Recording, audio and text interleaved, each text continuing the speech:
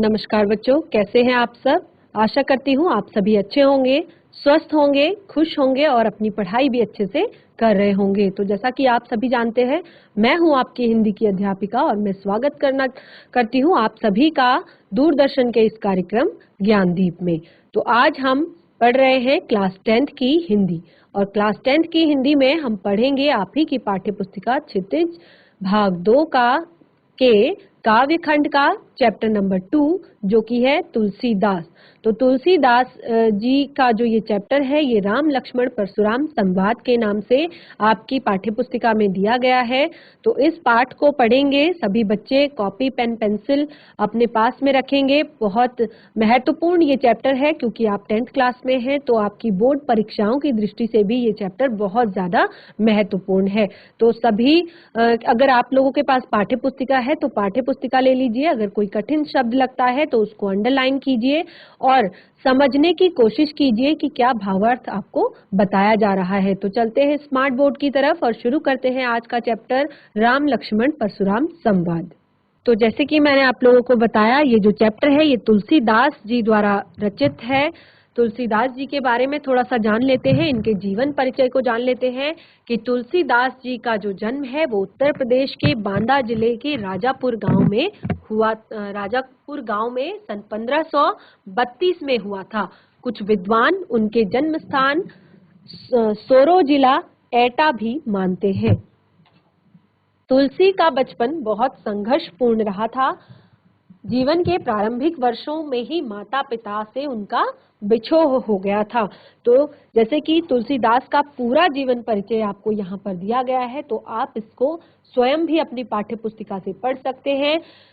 आप तुलसीदास के कुछ यहाँ पर जो रचनाएं उनकी दी गई हैं, जैसे कि रामचरितमानस उत्तरी भारत की जनता के बीच बहुत लोकप्रिय था। मानस के अलावा उनकी जो रचनाएं हैं वो है कवितावली, गीतावली, दोहावली, कृष्ण गीतावली, विनय पत्रिका। ये सब इनकी प्रमुख रचनाएं हैं और इन्होंने अवधी और ब्रज भाषा दोनों भाषाओं में समान अधिकार था, यानी कि दोनों भाषाओं में वो बहुत अच्छा लिखते थे, बहुत अच्छा उन्होंने काम किया है। सन 1623 में काशी में उनका देहावसान हो गया था। तो ये सारी चीजें आप लोगों को मैंने बताई। बाकी इनका जो जीवन परिचय है वो आप अपनी पाठ्य पुस्तिका से पढ़ सकते हैं। यहाँ पर रामचरितमानस के बाल कांड से कुछ पद दिए गए हैं जो कि राम लक्ष्मण परशुराम संवाद के नाम से दिए गए हैं। और देखिए, ये सभी को पता है, रामायण सभी ने देखी है, सभी ने सुनी है, सभी ने पढ़ी है। तो क्या होता है कि ये जो पद हैं ये कब लिखे गए हैं? जब यहाँ पर आप चित्र में देख सकते हैं कि राम लक्ष्मण विश्वामित्र के साथ जंगल में, वन में गए थे और वहां से उन्होंने एक समाचार सुना था कि राजा जनक जो है वो अपनी पुत्री जानकी यानी कि सीता माता का स्वयंवर करवाना चाहते हैं। स्वयंवर में उन्होंने एक शर्त रखी थी कि उस जो शिव जी का धनुष था, जो परशुराम ने राजा दशरथ को दिया हुआ था, उस धनुष पर जो भी प्रत्यंशा चढ़ाएगा, उस प्रत्यंशा चढ़ाने वाला, यानी कि क्योंकि धनुष जो था वो शिव भगवान का धनुष था, बहुत ज्यादा बहुत भारी था, तो कोई ऐसा जो परम बलवान हो, परम कीर्तिवान हो, वही उस धनुष पर प्रत्यंशा चढ़ा सकता था। तो राजा जनक की शर्त ये थी कि वही उनकी पुत्री का वर होगा जो इस धनुष पर प्रत्यंशा चढ़ाएगा। तो यहाँ पर सभा बैठी हुई थी, बहुत सारे राजा आए हुए थे। तो राजा राम भी यानी कि जो उस समय राजकुमार थे राम, तो राम भी विश्वामित्र के साथ वहां पर पहुंचे और विश्वामित्र ने उन्हें आदेश दिया कि वो भी धनुष पर प्रत्यंशा चढ़ाने की कोशिश करें। तो राम ने प्रत्यंशा चढ़ाई, क्योंकि भगवान जो राम है वो तो भगवान विष्णु का रूप है, भगवान है, तो ये तो उनके लिए बहुत बड़ी कोई बात नहीं है। उन्होंने धनुष पर प्रत्यंशा चढ़ाई और धनुष टूट गया। उसके बाद का जो यहाँ पर राम लक्ष्मण परशुराम संवाद की ये धनुष को टूटा हुआ देखकर परशुराम भगवान जो है वो कितने ज्यादा क्रोधित हुए थे, वो यहाँ पर दर्शाया है बाल कांड में। तो शुरू करते हैं पद। बहुत प्यारे से पद हैं, आप सुनेंगे समझेंगे तो आपको भी इंटरेस्ट आएगा। जैसे कि मैंने आपको बताया परीक्षा की दृष्टि से बहुत महत्वपूर्ण है ये चैप्टर, तो ध्यान से सभी बच्चे सुनिएगा। नाथ शंभुजन भंजनिहारा, हो यही केउ एक दास तुम्हारा, आय सुकाहि कह किन मोही, सुनी रिसाई बोले मुनि को ही। तो यहाँ पर जब परशुराम भगवान क्रोधित हो गए हैं तो परशुराम के क्रोध को देखकर श्री राम बोल रहे हैं, भगवान बोल रहे हैं कि नाथ शंभुजन भंजनिहारा, होय केउ एक दास तुम्हारा। तो कहते हैं कि हे नाथ, शिव जी के इस धनुष को तोड़ने वाला आपका ही कोई दास होगा।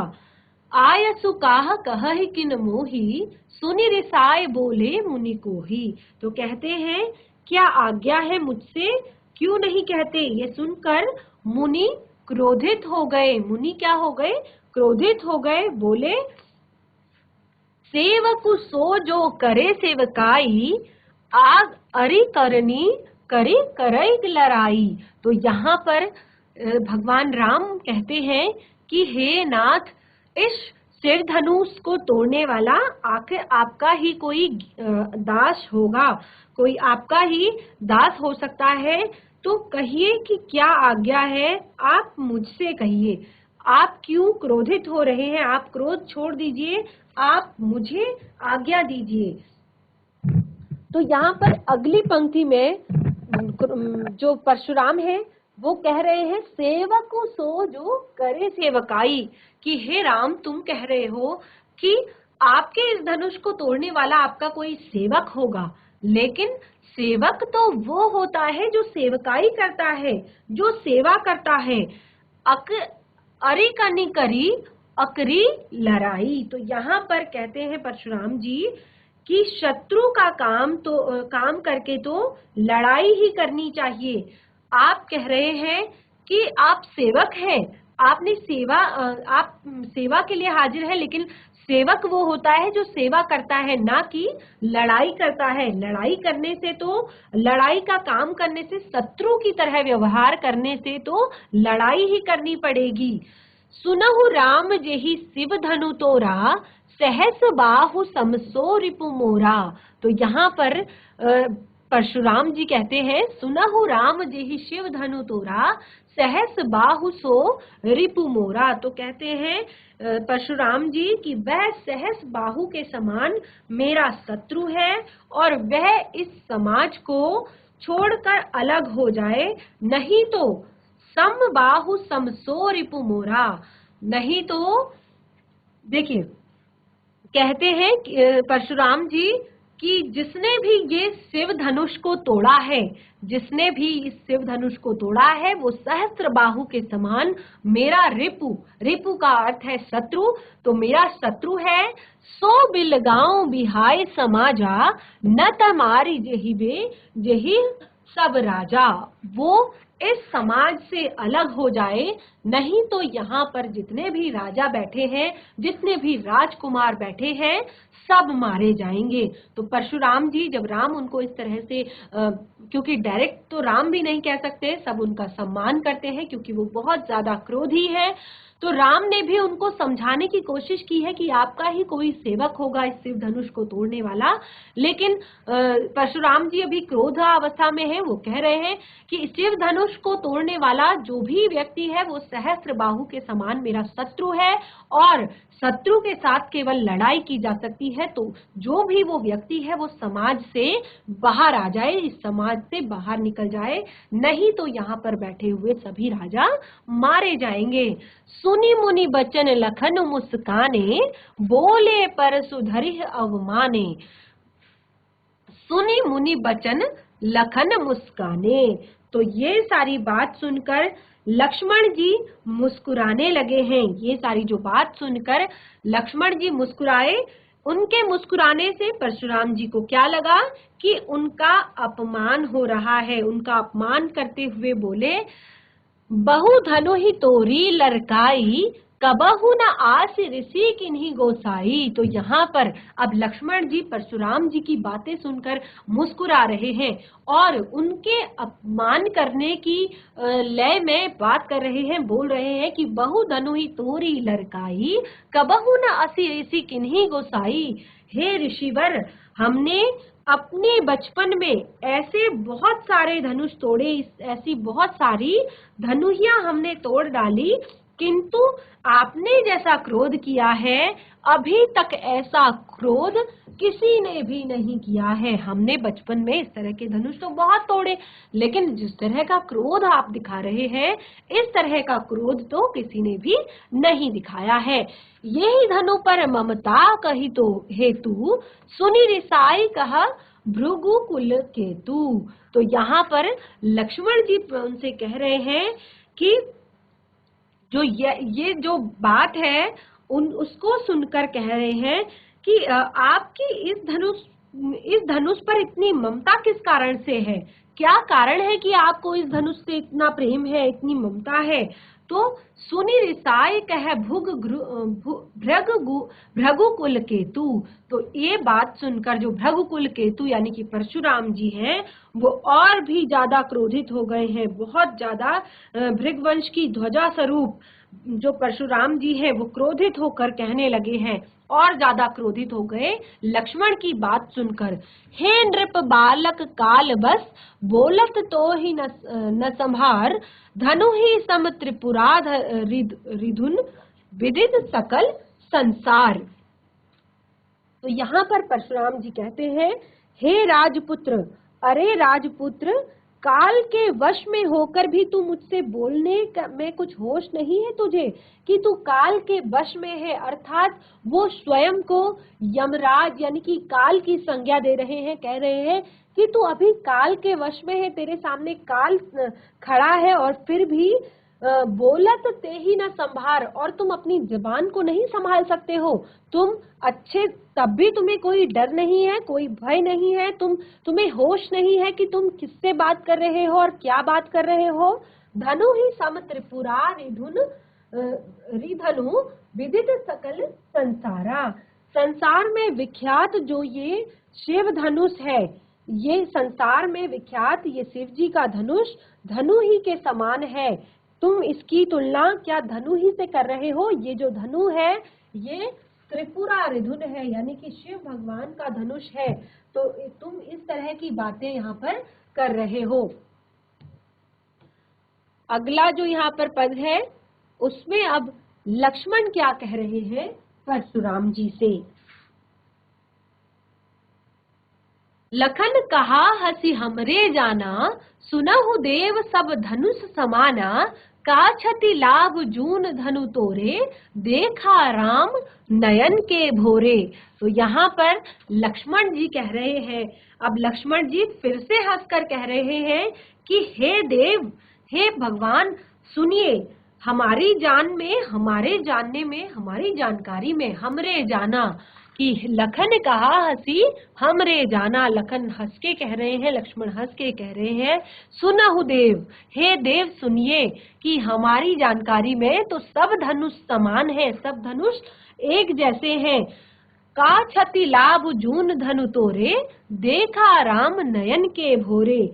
तो इस पुराने धनुष को तोड़ने पर का छति लाभ जून, क्या लाभ हानि, इस पुराने धनुष को तोड़ने में भी क्या लाभ हानि आप देख रहे हैं। देखा राम नयन के भोरे, ये तो श्री रामचंद्र जी के इसे तो नवीन धनुष को देखा था, परंतु यह तो छूते ही टूट गया। भगवान राम ने तो इसे नया धनुष समझ के छुआ था, नया धनुष समझ के उठाया था, लेकिन ये तो भगवान राम के देखने मात्र से ही टूट गया, छूने मात्र से ही टूट गया। छुअत टूटी रघुपति न दोषु, तो छूते ही टूटने से इसमें रघुनाथ जी का कोई भी दोष नहीं है कि ये जब छूते ही टूट गया, देखने मात्र से टूट गया, तो इसमें रघुपति हूं न दोषु, भगवान राम जो है, रघुपति जो है, उनका कोई भी दोष नहीं है। अगली पंक्ति है कि मुनि बिनु काज करहि कतरोसु। तो यहाँ पर कह रहे हैं कि आप बिना कारण किस लिए क्रोध करते हैं। मुनि बिनु काज करिय कत रोषु, आप क्यों बिना बात के इतना क्रोध कर रहे हैं। ये तो पुराना धनुष था, भगवान राम ने इसे नया धनुष समझ के उठाया और ये देखते ही छूते ही टूट गया। इसमें भगवान राम की कोई भी गलती नहीं है, आप बिना कारण क्यों क्रोध कर रहे हैं। अगली पंक्ति में बोले चितै परसु की ओरा, रे सठ सुने ही सुभाव न मोरा, बालक बोली बधो नहीं तो ही, केवल मुनि जड़ जाने ही मोही। अब यहाँ पर परशुराम जी अपने फरसे की ओर देखकर कह रहे हैं, बोले चिते परशु की ओरा। अब परशुराम जी अपने फरसे की तरफ, अपनी कुल्हाड़ी की तरफ, फरसे का अर्थ है कुल्हाड़ी, जो परशुराम है उनके हाथ में हमेशा कुल्हाड़ी रहती है। तो परशुराम जी अभी उसी की तरफ देखकर कह रहे हैं कि अरे दुष्ट, रे सठ सुने ही स्वभाव न मोरा। लगता है कि तूने मेरे स्वभाव को नहीं जाना है, तूने मेरे स्वभाव के बारे में नहीं सुना है। बालक बोली बधो नहीं तो ही, तो मैं तुझे बालक जानकर नहीं मारता हूँ। मैं सोच रहा हूँ कि तू बालक है और मैं बालक जानकर तुझे नहीं मार रहा हूँ। केवल मुनि जड़ जन ही मोही, तो अरे मूर्ख, क्या तू मुझे निरा मुनि ही जानता है। तो कहते हैं, क्या तू मुझे सामान्य मुनियों की तरह ले रहा है, जो सामान्य मुनि होते हैं उनकी तरह ही आप मुझे तू मुझे समझता है। तो अगली पंक्ति में कहते हैं, बाल ब्रह्मचारी अति कृपो ही, विश्व विदित क्षत्रिय कुल द्रोही। तो यहाँ पर परशुराम जी अपने बारे में बता रहे हैं, लक्ष्मण को कहते हैं बाल ब्रह्मचारी अति को ही, मैं बाल ब्रह्मचारी हूँ और अत्यंत क्रोधी हूँ। विश्व विदित क्षत्रिय कुल द्रोही, और क्षत्रिय कुल के शत्रु, तो विश्व भर में क्षत्रिय कुल के शत्रु के रूप में मैं विश्व भर में विख्यात हूँ। मैं विश्व भर में मुझे क्षत्रिय कुल के द्रोही के रूप में, क्षत्रिय कुल के शत्रु के रूप में मैं जाना जाता हूँ। भुज बल भूमि भूप बिनु कीन्ही, विपुल बार मही देवन दीनी। तो अगली पंक्ति में कहते हैं परशुराम जी कि अपनी भुजाओं के बल से मैंने पृथ्वी को राजाओं से रहित कर दिया है। भुज बल भूमि भूप बिनु कीनी, अपने इन भुजाओं के बल से मैंने भूमि को अर्थात इस पृथ्वी को, भूप अर्थात राजा, बिनु कीन्ही अर्थात बिना कर दिया है। राजाओं के बिना अर्थात मैंने राजा रहित कर दिया है। विपुल बार मही देवन दीनी, और कहते हैं कि बहुत बार उसे ब्राह्मणों को दे डाला। मैंने बार बार ऐसे जो राजा हैं, जो घमंड में रहते हैं, इनको मैंने नष्ट करके, समाप्त करके बहुत बार इस पृथ्वी का जो राजकाज है वो मैंने ब्राह्मणों को दे डाला है। अगली पंक्ति में कहते हैं, सहस बाहु छेद निहारा, परसु बिलोकु महिप कुमारा। तो यहाँ पर परशुराम जी कहते हैं कि अरे राजा के बालक, तू अपने माता पिता के बारे में सोच, क्योंकि सहस्त्र बाहुओं को काटने वाले जो ये मेरा फरसा है, इसको देख और अपने माता पिता के बारे में सोच। मातु पितहु जने सोच बस करसी मही किशोर। तो वो कहते हैं कि अब तू अपने माता पिता के बारे में सोच के ये ऐसा मेरे साथ बात करने का, मेरे साथ उलझने का तू ऐसा काम मत कर, क्योंकि तू अपने माता पिता के बारे में सोच।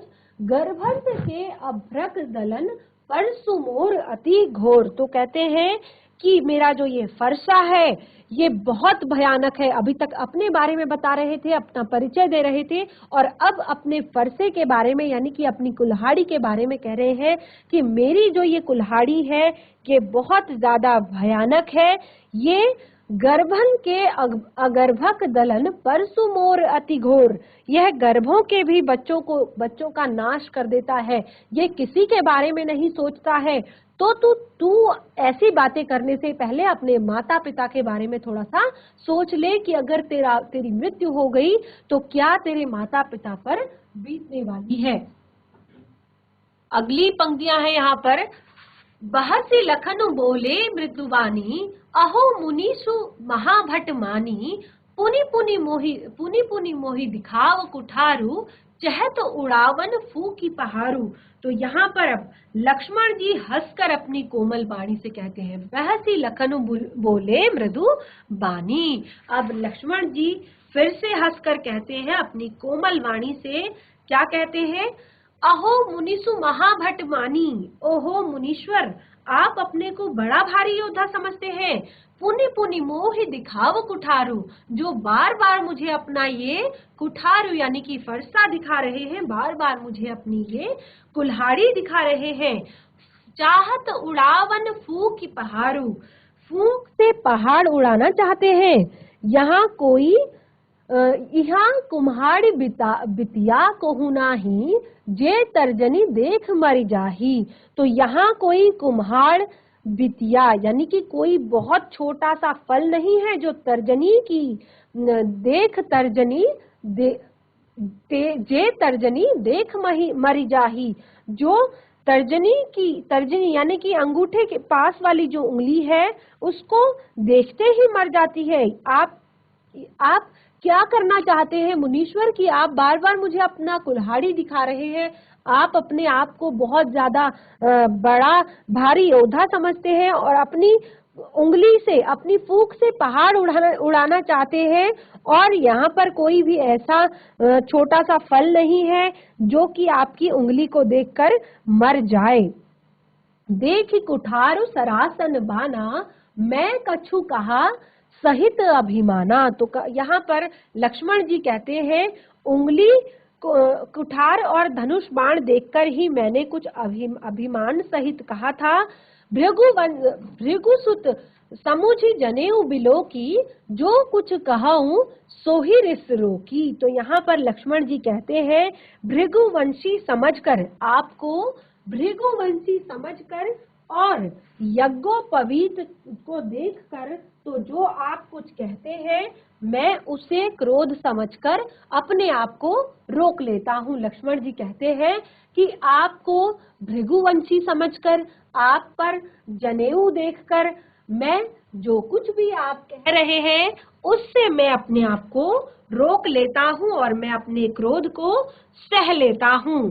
सुर महिषासुर हरिजन अरुगाई, हमरे कुल इन्हीं पर न सुराई। तो यहाँ पर कहते हैं लक्ष्मण जी, देवता ब्राह्मण भगवान भक्त गौ, इन पर हमारे कुल में वीरता नहीं दिखाई जाती। जो हमारा रघुकुल है वहां पर हमारे रघुकुल में सुर महिषुर हरिजन अरुगाई, हमारे कुल में, हमारे इस रघुकुल में यहाँ पर देवताओं पर, सुर का अर्थ है देवता, महिषुर का अर्थ है